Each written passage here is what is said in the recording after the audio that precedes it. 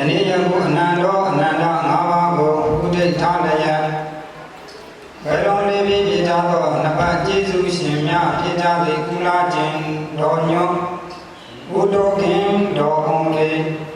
အခုပြည့်သူဘုရားကိုအောင်မြင်လူပြည့်သူမောင်နေအောင်တို့အားကောင်းရာဘုံဘဝဘုရားနာသို့လာရောက်၍ကောင်းမှုချမ်းသာစွာခံစားဆန်းစားနေပါစေခြင်းအကျိုးငါယေရှုရည်မှန်း၍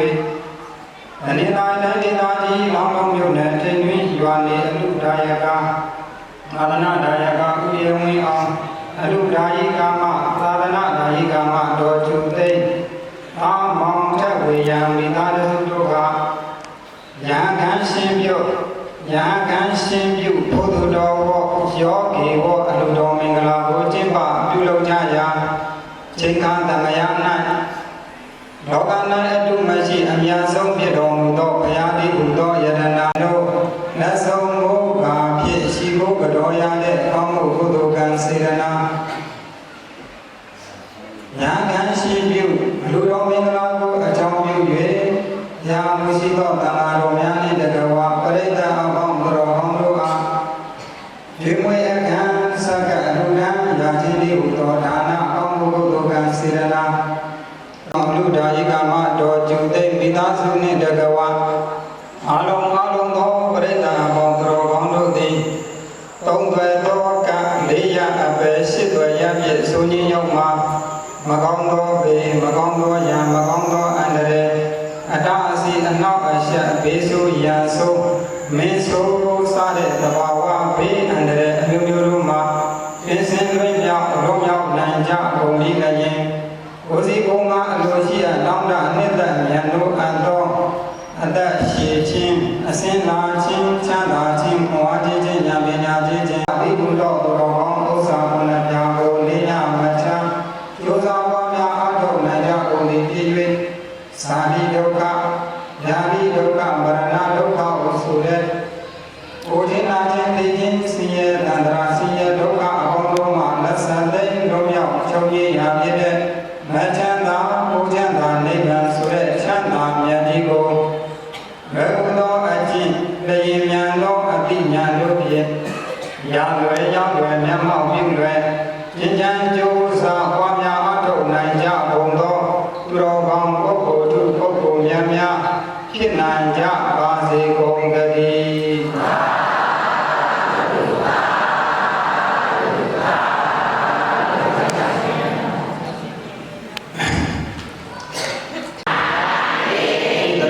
နာသဟသင်္စတိလံမယ္ယာသာမိလောကံဂတဝါဣနံဒေထာဒေဗံဒေဒုတိယံမိတာတိယံမိအံဗန္ဒေဣတရဏေနာသဟသင်္စတိလံမယ္ယာသာမိလောကံဂတဝါဣနံဒေထာမေဗန္ဒေယမဟံဝဒာမိတံဝဒေထာ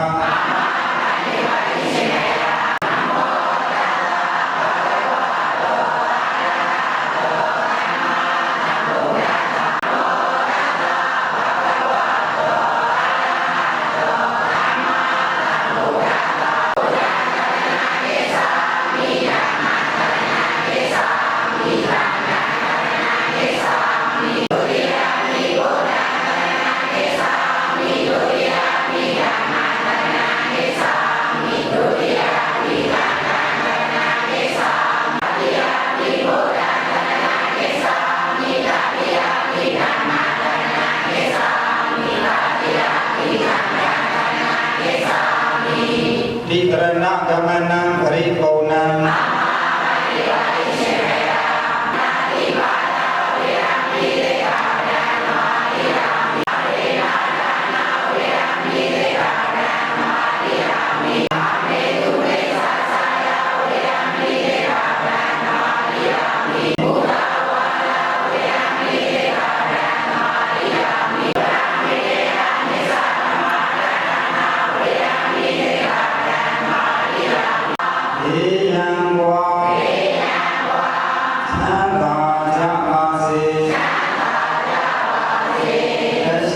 ချမ်းသာစိတ်ချမ်းသာလူရဆန္ဒပြည့်ပါစေမိမိတို့ချမ်းသာကိုလိုရာမန်းစွာဆောင်နိုင်ကြပါစေနိဗ္ဗာန်တသစ္စယောဟောတု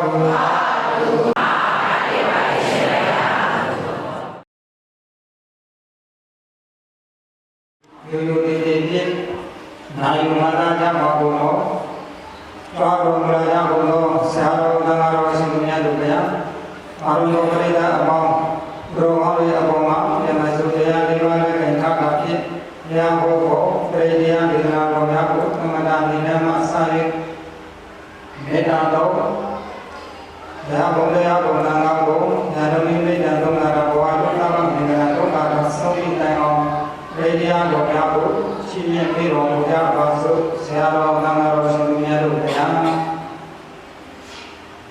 သမန္တာသက္ကဝတေလူအတ္တနာပစ္စံယုယောဝတ္တာအတ္တနာမုနိရာသဗ္ဗသုဏန္တုတက္ကမောခတံဓမ္မယဝနာကာရောအယံရတ္တံဓမ္မယဝနာကာရောအယံရတ္တံယန္တာဘုရားဝါဘောယံကမဏိမတံတေတိနံနမောဓမ္မစရိတိရှိနမဝေဝရေဘောဝရေယောစေမနာဝန္တတိတတဝါတဝရမနာဝတိနာဘုရားဝါနမတိဝါသနာနာဝတောဒုတိယနာယာလောသနာတိနာတေယနေယနေယဘုရားမေရှနာဒေယံသရဏိတေနောဝါသနာယောယောယဝန္တနောဝိနာမေယောသုဘောင်ယေဝိနေယဒေယံအာဟိသယောခမတေယဘုနာတေတိဘောဓဝနာသတ္တောဘာတတောဝသုမိနာအာဂတံသံဃာနုဘဝေနဝိနာသပေတုဘဝတုသဗ္ဗမေတ္တာရတံတုသဗ္ဗဒေဝတာသဗ္ဗလောကနုဘဝေနသဗ္ဗသုခေဘောနုတေဘဝတုသဗ္ဗမေတ္တာရတံတုသဗ္ဗဒေဝတာသဗ္ဗဓမ္မာနုဘဝေနသဗ္ဗသုခေဘောနုတေဝဝတုသဗ္ဗမေတ္တာရတံတုသဗ္ဗဒေဝတာသဗ္ဗသံဃာနုဘဝေနသဗ္ဗသုခေဘောနုတေ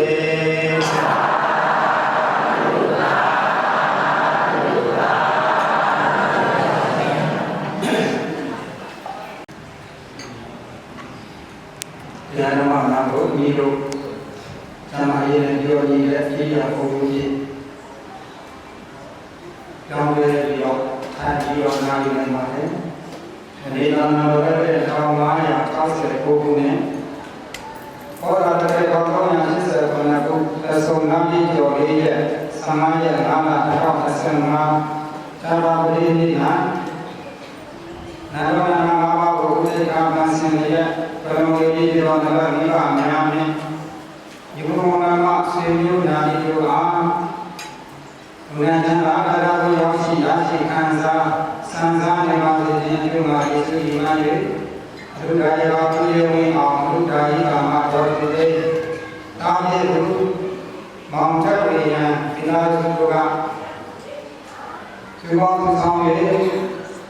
နာဘောလာယမနာလီကိုကြီးမားပါပါခြင်းဆိုတဲ့သာသနာ့ရာယေသသာသနာနောကအကုသိုလ်ကောင်းမှုစေရနာဉာဏ်ဉာဏ်ရှိပြု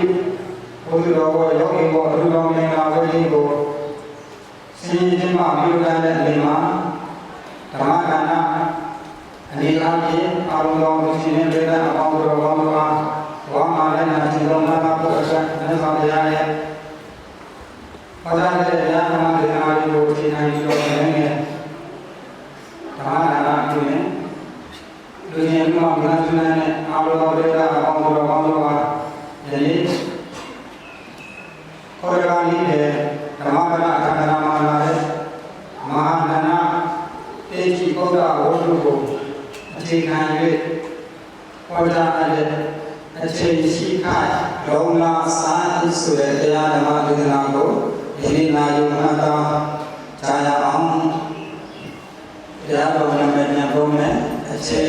ခိုင်လုံးမဆိုင်ရတော့လည်းပါပါတယ်ချိန်ရှိလုံးမဆိုင်အဒီချိန်ရှိကလုံးမဆိုင်ဆိုတဲ့တရားဒေသနာတော်မှာအပိုင်းနှစ်ပိုင်းပုံမှန်ရမယ်ပရမဘိုင်းကအချိန်ရှိခိုင်ဆိုတာကတစ်ပိုင်းနောက်ဒုတိယဘိုင်းကလုံးမဆိုင်ဆိုတာကတစ်ပိုင်းဒီလိုအပိုင်းနှစ်ပိုင်းခွဲပြီးတော့မှတ်ရမယ်အချိန်ရှိခိုင်ဆိုတဲ့အပိုင်းကိုဥစွာပြောမယ်ဘဝမှာဘုလောကမှာမိတို့မှာအချိန်ဘယ်လောက်ရှိတယ်ဆိုတဲ့အပိုင်းဘုမှာအချိန်ဘယ်လောက်ရှိတယ်လို့မေးလို့ရှိဘယ်လိုပြင်မလဲဆိုရင်ဘုမှာအချိန်ဘယ်လောက်ရှိတယ်ဒါကိုစမ်းစစ်ဖို့ပြောတယ်နော်အခုဘုရားဆောင်ရည်ရလူတွေရဲ့အတ္တက85နှစ်လို့ဆိုတာလူရဲ့အတ္တဘယ်လောက်လဲ85နှစ်ဒါဘုရားဆောင်ရည်ရနာရပြောတာဘာလို့85နှစ်လို့ဆိုတာလဲဆိုရင်ဒီလိုဘုရားမြတ်စွာဘုရားလူတတန်တရားဓမ္မမြင်နော်လူတတန်တရားဓမ္မမြင်တယ်အခုမြတ်စွာဘုရားပွင့်ပြီးတော့ပြိဋိဘံဆံတော်မူတာဒီပေါင်း2560ကျော်ပါနော်ဒီကပြောရင်2560ခုနှစ်ရှိပါအဲ့တော့နေ့တရားဓမ္မပွင့်တဲ့မြတ်စွာဘုရားနေ့တရားမှာတဲ့တန်တန်ကတစ်နှစ်ရော့သွားတယ်ဆုတ်သွားတယ်ဘာကြောင့်ဆုတ်တာလဲဘာကြောင့်ရော့တာလဲဆိုရင်ဒီမှာလောဘဒေါသမောဟမာမာနာလေးကမစ္စရိယစတဲ့ပြည်ဒေသာအကုသိုလ်တရားတွေကများလာလို့တိုးပွားလာလို့လူရဲ့အတ္တဟာတတိတိနဲ့ရော့လာတယ်ဆုတ်လာတယ်တူလာတယ်အဲ့တော့မြတ်စွာဘုရားပြိဋိဘံဆံတော်မူတာဒီပေါင်း1500ကျော်ပြီအဲ့တော့နေ့တရားမှာတစ်နေ့ရော့တယ်ဆိုရင်1500ဆိုရင်ဒီပေါင်း25နှစ်ရော့ပါတယ်ဒါကြောင့်တရားမှာ25လို့တော့85နှစ်လို့ပြောလို့ဘုရားစာပေရလူတွေရဲ့တဏ္ဍာကို85နှစ်လို့သတ်မှတ်အားလုံးလည်းလုံးဝစိုက်နိုင်ကြပါစေလို့တိုက်တွန်းရင်းဒီနေ့အချိန်ရှိခန့်လုံးဝစိုက်တရားတော်ကိုဒီကုန်းကံပတ်အဆုံးသတ်ပါတယ်ဘာနန္ဒတံတုတတ္တာယဒီရရကံတုသဗ္ဗတာဒါနလည်းဒီညာဒီသာမယိပဲပိကံဆုံးကျက်လူရခြင်းဆိုတဲ့ဒါနကောင်းမှုတို့ကိုဒါတံလူစေတနာပွင့်ပြုအလေးမူ၍ပိလူနိုင်ကြပါစေကုန်သတည်းဒီလနဲ့၅ပါးဒီလဆိုတဲ့ကိုချင်းဒီလတရားတော်များကိုလည်းပဲသဗ္ဗတာနေရောညပါခြင်းကမှာဆိုင်အမြဲတမ်းနေရင်ရကံတို့မကျိုးမပေါင်းရလေအောင်ကောင်းမွန်စွာစောင့်ရှောက်ထိန်းသိမ်းနိုင်ကြပါစေကုန်သတည်းအမနပဒံမဟုယမနာယမတေယဖြစ်တဲ့အမဒဆိုတဲ့နိဗ္ဗာန်ချမ်းသာစေချမ်းသာမြတ်ချမ်းသာဖို့ဘာဝံတုယနေ့ယခုအနုဒါယကဥယဝေအောင်အနုဒါယကမှာတော်ကျုသိသာမောထဝေယမိသားစုနှင့်တကဝါအာလုံးသောပရိသတ်အပေါင်းသူတော်ကောင်းတို့သည်ဇီဝအားထုတ်ပြုလုပ်ရတဲ့ဒါနသီလဘဝနာကုသိုလ်ကောင်းမှုတွေကြောင့်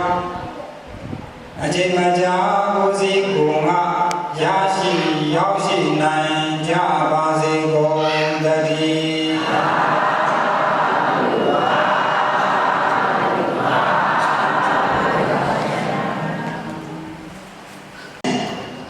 ဣဒံမေပုံညာ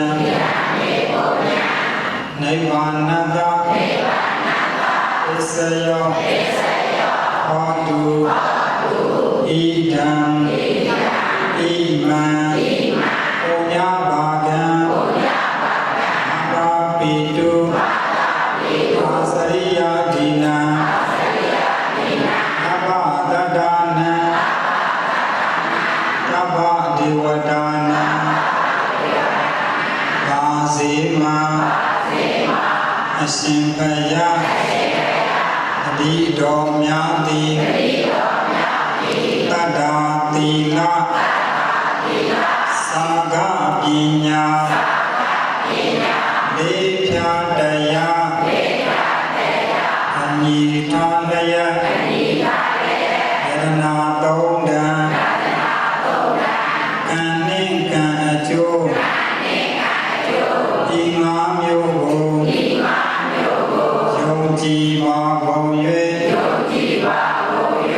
ယနေ့ယခုယဟန်ခံ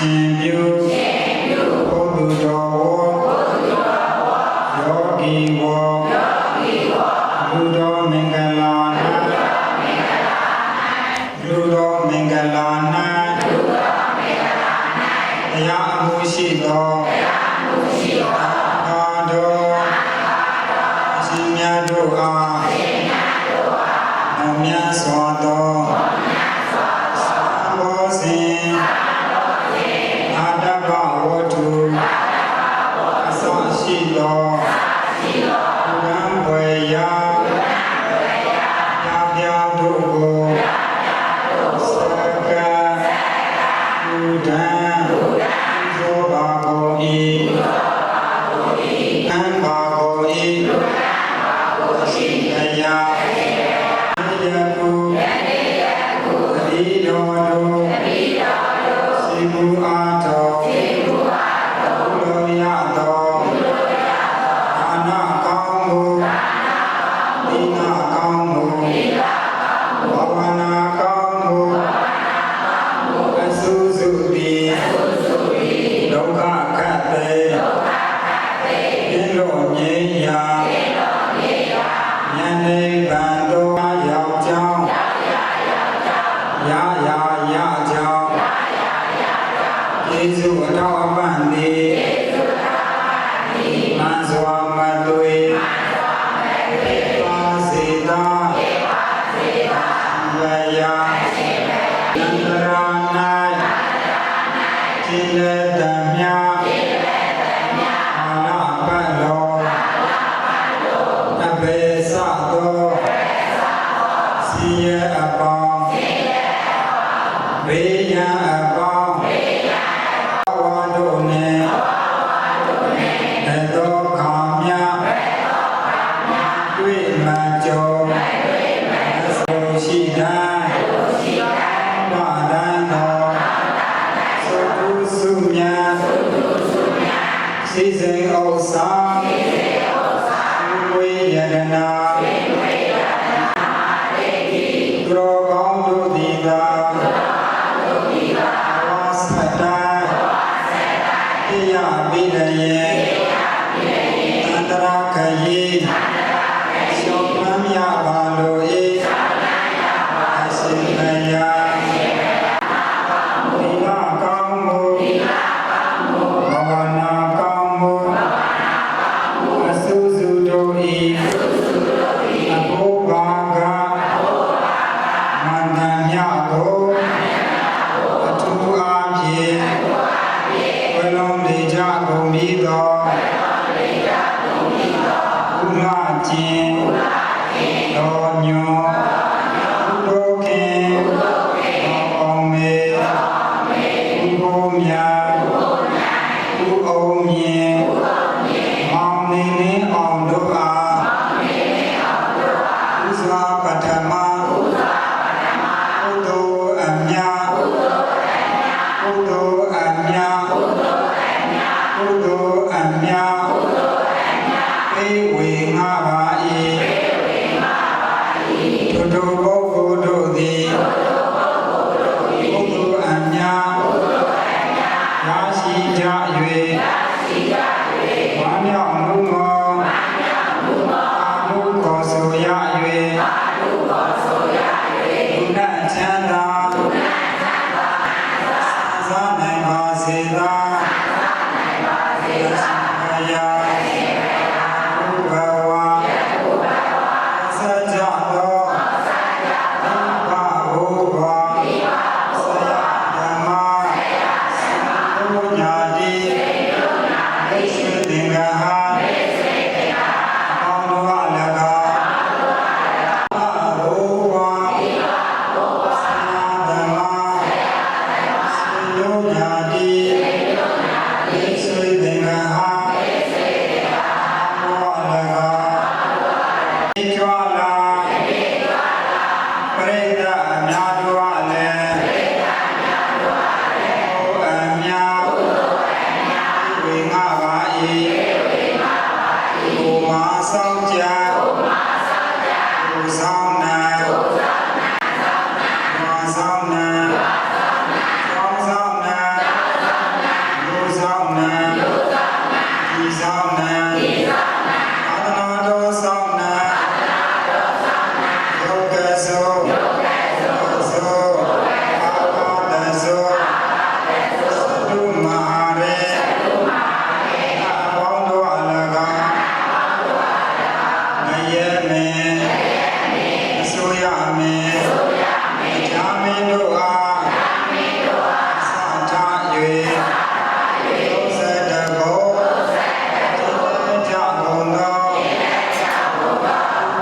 တာဒုခိ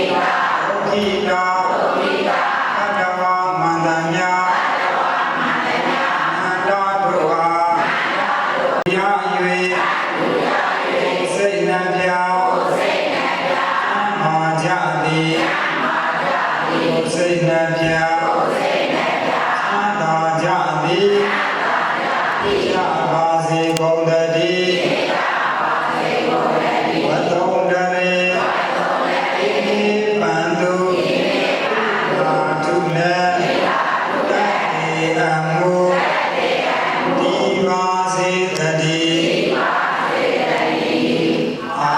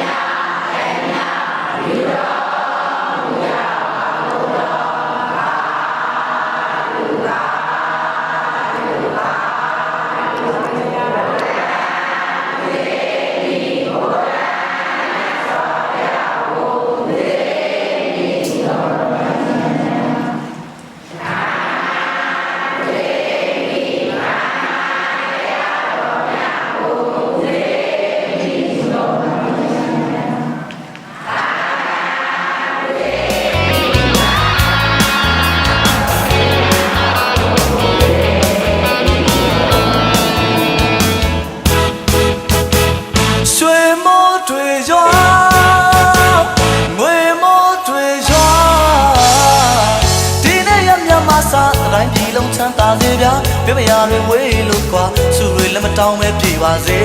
ခင်ဗျာရွှေမိုးတွေရွာငွေမိုးတွေရွာ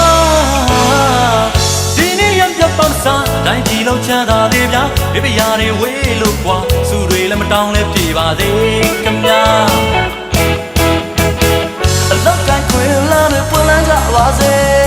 တိတ်စုတွေမကြမကြပေါက်လို့တထေးကြီးဖြစ်ပါသည်အလောက်ကိုင်းခွေလန်းတွေပွင့်လန်းကြပါစေပိတ်ဆူတွေမကြမကြပေါက်လို့တထေးကြီးဖြစ်ပါသည်ဒီနံတွေရောင်းဝယ်ပေါက်ကဆိုင်ရတဘာတွေပေါ်ပါစေတောင်သူဦးကြီးတို့တွေလက်ပြမငွေတီးလို့ပျော်နိုင်ကြပါစေတို့များပြသားတဲ့ချောင်းစူတောင်းလို့မြတ်တာတန်ဝေးဘေးပတန်းလို့အေးချမ်းကြသည်ငြိမ်းချမ်းရေးပန်းပွင့်ပါသည်တို့များပြသားတဲ့ချောင်းစူတောင်းလို့မြတ်တာတန်ဝေးဘေးပတန်းလို့အေးချမ်းကြသည်ငြိမ်းချမ်းရေးပန်းပွင့်ပါသည်ကြောသာရင်သာမခွဲကြမဲ့မင်းကောင်းမင်းမြတ်တည်ပါစေပျော်နိုင်ကြပါစေပျော်နိုင်ကြပါစေကျွန်တော်အတန်ကြားတဲ့နေ့မှာစိတ်ချမ်းသာလို့ကိုယ်ချမ်းသာလို့ပျော်နိုင်ကြပါစေ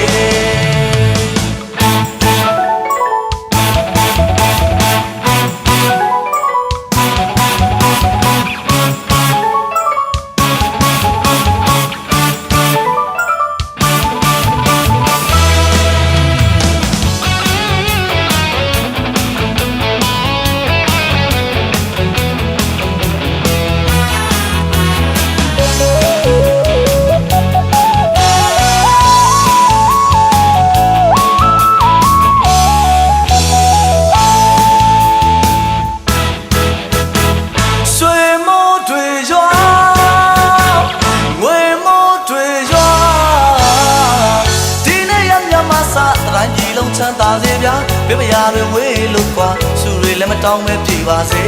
ခင်ဗျာလောကခွင်လန်းနေပွင့်လာကြပါစေတိတ်စုတွေမကြောင်ချပေါက်လို့တထေးကြီးဖြစ်ပါသည်လောကခွင်လန်းနေပွင့်လာကြပါစေ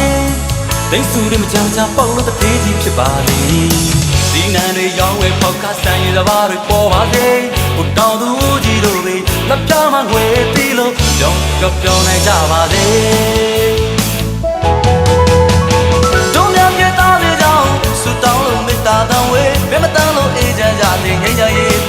ပါစေတို့များပြသားတွေကြောင့်ဆွေတောင်းလို့မြတ်တာတော်ဝဲပြမတန်းလို့အေးချမ်းကြစေငြိမ်းချမ်းရေးပါပွင့်ပါစေကြောလာရင်သာ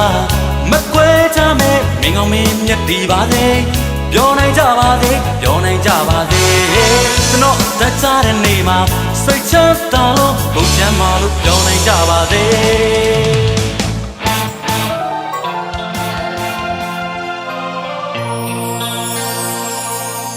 ရာခဲလာတဲ့လူဘဝစိတ်ချမ်းသာအောင်နေယရနာတွေကယရနာစကူရှာနိုင်စေစမနောယရနာထောက်ရစိတ်ကနိုင်ပါစေ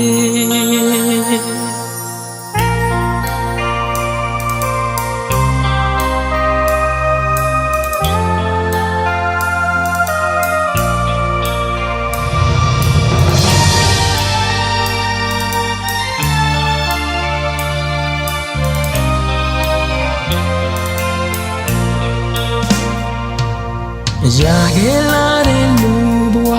စိတ်ချမ်းသာအောင်နေယရနာတွေကယရနာစကူရှာနိုင်စေစမန်တော်ယရနာထောက်ရစီကနိုင်ပါစေယောဂီလူသားအလုံးကြာလီမစင်ချမ်းမြေစီကြာရင်ပြီးပါစေတိလီလငါအေးချမ်းပျော်ရွှင်စေ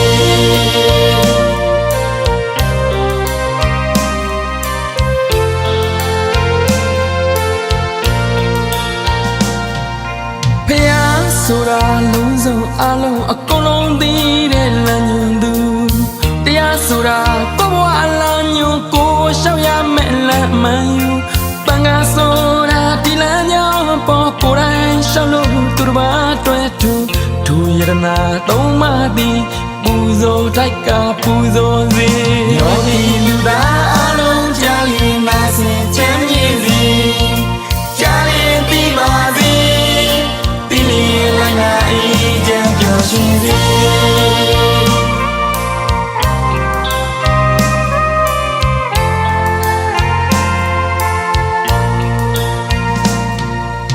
တန်လျာဆိုတာလောကမှာမရှိသင့်ဆုံးသောအရာ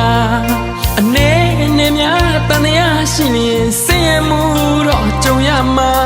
တန်လျာကင်းရင်မောဟကင်းတော့ကကင်းလို့ကြည်လင်မှာ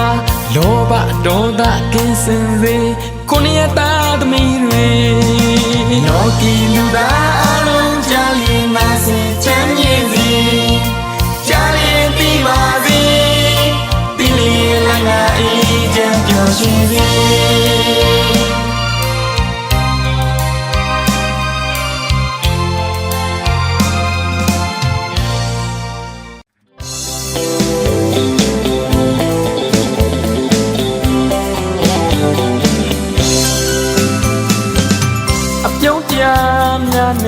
နှလုံးသားလာတွေအကျဉ်းနာစေတနာလေးတွေမေတ္တာပွားပွားစုလေးမင်္ဂလာရှိသောရမြတ်ခါပဲကြက်ပြင်းရှိသောမြင့်မြတ်ခါပဲနန္ဒတတဝါတွေကြမ်းမာကြမ်းပါစေခုနှစ်ရက်သားသမီးများတွေဘေးရန်ခတ်သိမ်းတင်းငြိမ်ကြပါစေ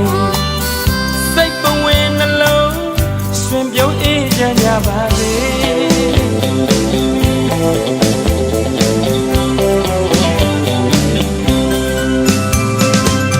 အဖေတွေမေတွေကျမ်းမာချမ်းသာစေ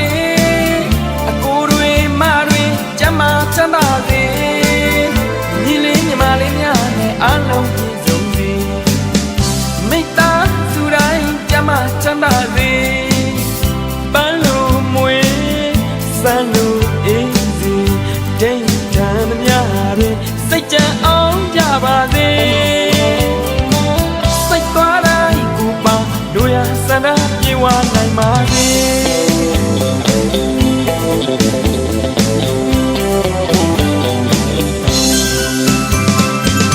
အလူပွဲတွေ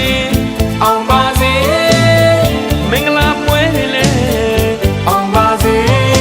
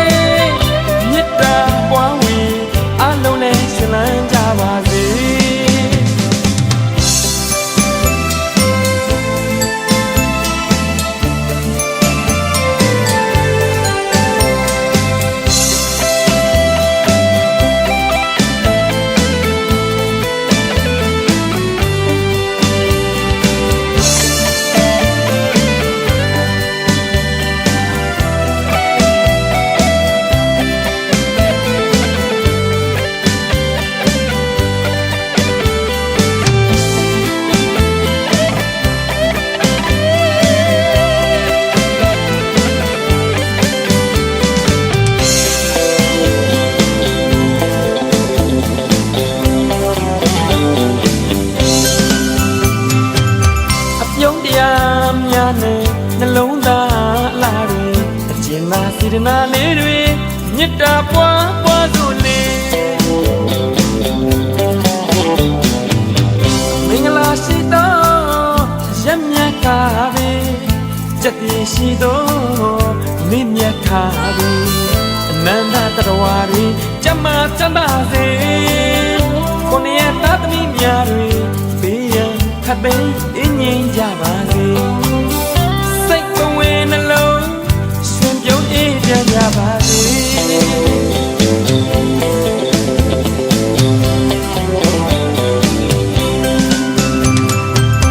အဖေတွေမေတွေကျမချမ်းသာစေ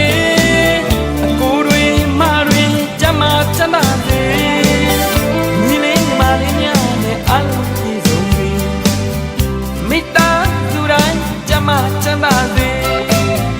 ပန်းလုံးမွေစမ်းလို့အေးစီဒိတ်ထမ်းမများတွေစိတ်ကြံအောင်ကြပါစေစိတ်သွားတိုင်းပူပါတို့ရဆန္ဒပြေဝနိုင်ပါစေ